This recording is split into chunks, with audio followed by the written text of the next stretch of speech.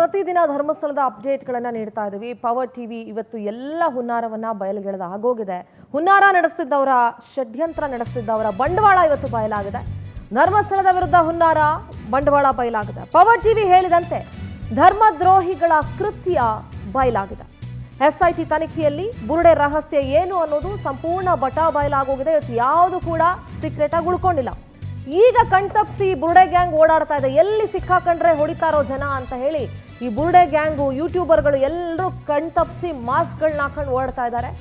Power TV ಕಣ್ತಪ್ಪಿಸಿ SIT ಠಾಣೆಗೆ ಓಡಿ ಹೋದ ಜಯನ್ ಟಿ ಮುಖಕ್ಕೆ ಮಾಸ್ಕ್ ಹಾಕೊಂಡು ಓಡೋಗ್ತಾ ಇದ್ದಾನೆ. ಆದರೆ ಪವರ್ ಟಿವಿ ಕ್ಯಾಮ್ರಾ ಎಂಥದ್ದು ಅಂತ ಗೊತ್ತಲ್ಲ.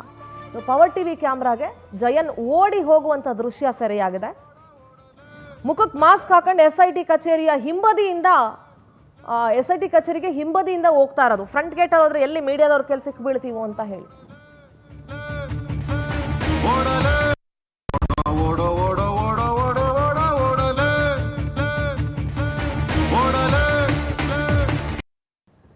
ಬುರುಡೆ ಗ್ಯಾಂಗ್ ಸೂತ್ರಧಾರಿಗಳಿಗೆ ಸಾಥ್ ನೀಡಿದ್ರು ಯೂಟ್ಯೂಬರ್ಸ್. ಏನು ವ್ಯೂಸು, ಲೈಕ್ಸು, ಅದ್ರ ಜೊತೆಗೆ ಒಂದಷ್ಟು ಕಾಸು ಬರುತ್ತೆ ಅಂತ ಹೇಳಿ ಬುರುಡೆ ಬಿಟ್ಟಿದ್ದು.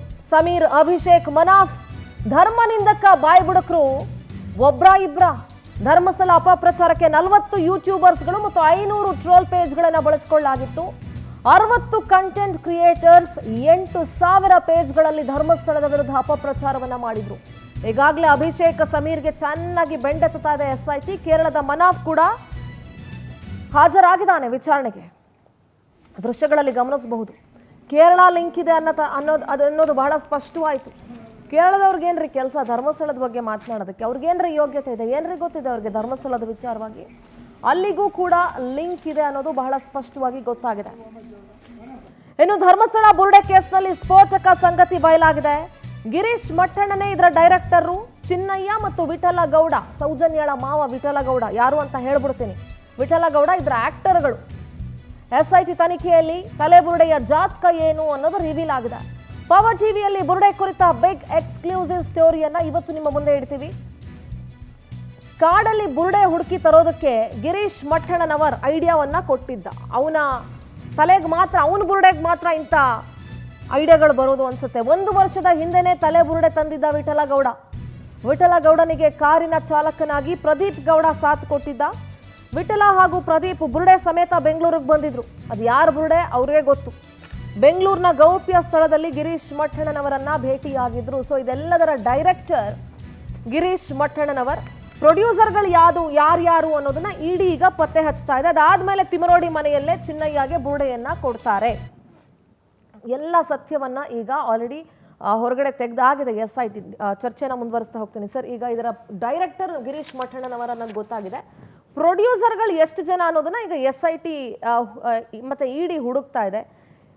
ಜಯನ್ ಓಡ್ ಹೋಗೋದನ್ನ ನೀವು ಗೊತ್ತಾಗಿರ್ಬೋದು, ಈಗ ನೋಡಿರ್ಬೋದು ಸರ್. ಎಲ್ಲಿ ಮಾಧ್ಯಮಗಳ ದೃಷ್ಟಿಗೆ ಕಂಡುಬಿಡ್ತೀನೋ ಅಂತ ಓಡ್ ಹೋಗ್ತಾ ಇದ್ದಾನೆ ಇವಾಗ. ನೋಡಿ, ಕಳೆದ 2 ವರ್ಷದಿಂದ ಪವರ್ ಟಿವಿ ಮಾಡಿದಂತಹ ನ್ಯೂಸ್ಗಳು, ಅದು ಬ್ರೇಕಿಂಗ್ ಇರಲಿ, ಅದು ಸಿಂಪಲ್ 1 ಸೆಂಟೆನ್ಸ್, ಧರ್ಮಸ್ಥಳ ಸೌಜನ್ಯ ಇರಲಿ ಅಥವಾ ತಲೆಬುರುಡೆಯ ಕೇಸ್ ಆಗಲಿ ಅಥವಾ ಸಮೀರ್ ಎಂಬುದಿದ್ದಾಗಲಿ, ಒಂದೂ ಇಷ್ಟರವರೆಗೆ ಸುಳ್ಳಾಗಿಲ್ಲ.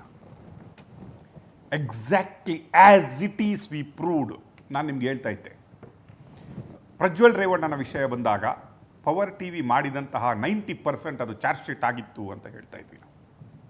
ಇವತ್ತು ಹೇಳ್ತಾ ಇದ್ದೀನಿ, ನಾವು ತೋರಿಸಿದಂತಹ ಪ್ರತಿ ಎಪಿಸೋಡು, ಪ್ರತಿ ಡಾಕ್ಯುಮೆಂಟ್ ಕೂಡ ಅದು SITಯ ಚಾರ್ಜ್ ಶೀಟ್ ಆಗಲಿದೆ ಅನ್ನೋದನ್ನು ನಾನು ಇವತ್ತೇ ಹೇಳ್ತೀನಿ. ನೀವು ಚಾರ್ಜ್ ಶೀಟ್ ಬಂದ ದಿನ ಅದನ್ನು ಬಿಟ್ಟು ನೋಡಿ. ಇವತ್ತಿನ ಪರಿಸ್ಥಿತಿ ಇದೇ, ಜಯಂತ್ ಓಡೋಗುವ ಪರಿಸ್ಥಿತಿ ಇದೆ ಅಲ್ವಾ? ನಾವು ಇದನ್ನು ಕಳೆದ ಕೆಲವು ಎಪಿಸೋಡ್ಗಳಲ್ಲಿ ಹೇಳಿದ್ದೀವಿ. ಆ ದಿನ ಮಹೇಶ್ ತಿಮರೋಡಿ ಹೇಳ್ತಾನೆ, ಅಣ್ಣ ನನಗೊಂದು ಫೋನ್ ಬಂತು, ಓಡು ಮಹೇಶ ಓಡು ಅಂತ ಹೇಳಿದ್ರು, ನಾನು ಓಡೋದೆ ಅಂತ ಹೇಳ್ತಾರೆ. ಇವತ್ತು ಓಡಿ ಹೋಗುವ ಸರದಿ ಬಂದಿರೋದು ನಮ್ಮ ಜಯಂತ್ಗೆ.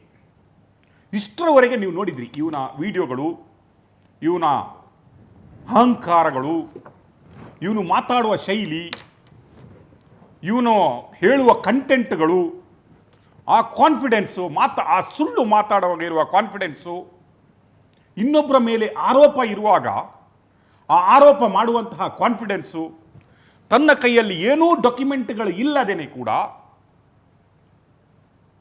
ಆ ಕಾನ್ಫಿಡೆನ್ಸ್ ಅಲ್ಲಿ ಯೂಟ್ಯೂಬ್ಗಳಲ್ಲಿ ಕೂತ್ಕೊಂಡು ಮಾತಾಡ್ತಾ ಇರುವ ದರ್ಪ ಅಹಂಕಾರ. ಪ್ರತಿನಿಧಿ ಶಶಿಧರ್ಗೆ ಬಂದು ಅವತ್ತು ಮಾತಾಡ್ತಿದ್ರಲ್ಲ ಸರ್, ಎಕ್ಸಾಕ್ಟ್ಲಿ ಅವ್ರು ಹೇಳ್ದ ಸುಳ್ಳನ್ನು ಯಾಕ್ರಿ ಮಾಡಿದ್ರಿ ಪವರ್ ಟಿವಿ ಅವರು ಅಂತ ಹೇಳ್ತಾರೆ. ಇವತ್ತು ಮಟ್ಟಣ್ಣನ ಮುಖ ನೋಡಿದ್ರೆ ಜಯಂತಿಗೆ ಆಗ್ತಾ ಇಲ್ಲ. ಜಯಂತ್ ಮಟ್ಟಣ್ಣನಿಗೆ ಹೇಳ್ತಾ ಇದ್ದಾನೆ, ಮಟ್ಟಣ್ಣ ನಿನ್ನ ನಂಬ್ಕೊಂಡು ಬಂದು ನಾನು ಸತ್ತೋದ್ವಿ ನಾನು ತಿಮ್ಮರೋಡಿ ಅಂತ. ತಿಮ್ಮರೋಡಿ ಅಂತೂ ಬಾಗಿಲು ಹಾಕೊಂಡು ಒಳಗಡೆ ಕೂತಿದ್ದವನು ಹೊರಗಡೆ ಬರುವ ಸ್ಥಿತಿಯಲ್ಲಿ ಇಲ್ಲ. ಇವತ್ತು ಬಾಗಿಲ ಹಿಂದೆ ಹುಲಿ ಮರಿ ಅಂತ ಹೇಳ್ತಾ ಇದ್ದವನು ನಾಯಿ ಮರಿ ಆಗ್ಬಿಟ್ಟಿದ್ದ. ಈಗ ನಾಯಿ ಮರಿ ಆದರೂ ಅಂಗಳದಲ್ಲಿ ಓಡಾಡ್ತಾ ಇದೆ. ಇಲಿ ಮರಿ, ಆ ಅಂಗಳದಲ್ಲಿ ಓಡಾಡ್ತಾ ಇದ್ದ ನಾಯಿ ಮರಿ ಇವತ್ತು ಇಲಿ ಮರಿಯಾಗಿ ಬಿಲ ಸೇರ್ಕೊಂಡ್ಬಿಟ್ಟು ಕೂತ್ಕೊಂಡ್ಬಿಟ್ಟಿದೆ. ಅಣ್ಣ ಇನ್ನಿಲ್ಲ ಅಂತ ಹೊರಗಡೆ ಸಾಮಾಜಿಕ ಕಾರ್ಯಕರ್ತ ಹಿಂದೂ ಮುಖಂಡ ಅಣ್ಣ ನಮ್ಮಣ್ಣ ಗೋವಿಂದ ಅಂತ ಅಲ್ಲಿವರೆಗೆ ಮಹೇಶ್ ತಿಮ್ಮರೋಡಿ ಕತೆ ಮುಗಿದಿದೆ. ಇವರನ್ನೆಲ್ಲ ನಂಬ್ಕೊಂಡ್ಬಿಟ್ಟು ಏನೋ ಸೌಜನ್ಯನ ಹೆಸರಲ್ಲಿ ಭಿಕ್ಷೆ ಬೇಡಿ ಡಬ್ಬ ಇಟ್ಬಿಟ್ಟು ಇನ್ನೊಂದಷ್ಟು ಆಸ್ತಿ ಹೌದು ಒಂದು ಸ್ವಲ್ಪ ಕುಸುಮಾವತಿ ಆನೆ ಏನೋ ಅಮ್ಮನಿಗೆ ಕೊಟ್ರೆ ಇನ್ನು ಸ್ವಲ್ಪ ನಾನು ಮಾಡ್ಕೊಂಡು ಏನೋ ಮಾಡ್ಕೊಂಡು ಬದುಕ್ತಾ ಇದ್ದೆ. ಈಗ ನೋಡಿಬಿಟ್ರೆ ಈ ಮಕ್ಕಳು ಬಂದು ನನ್ನ ಹೊಟ್ಟೆಗೂ ಕಲ್ಲು ಹಾಕ್ಬಿಟ್ರಲ್ಲ.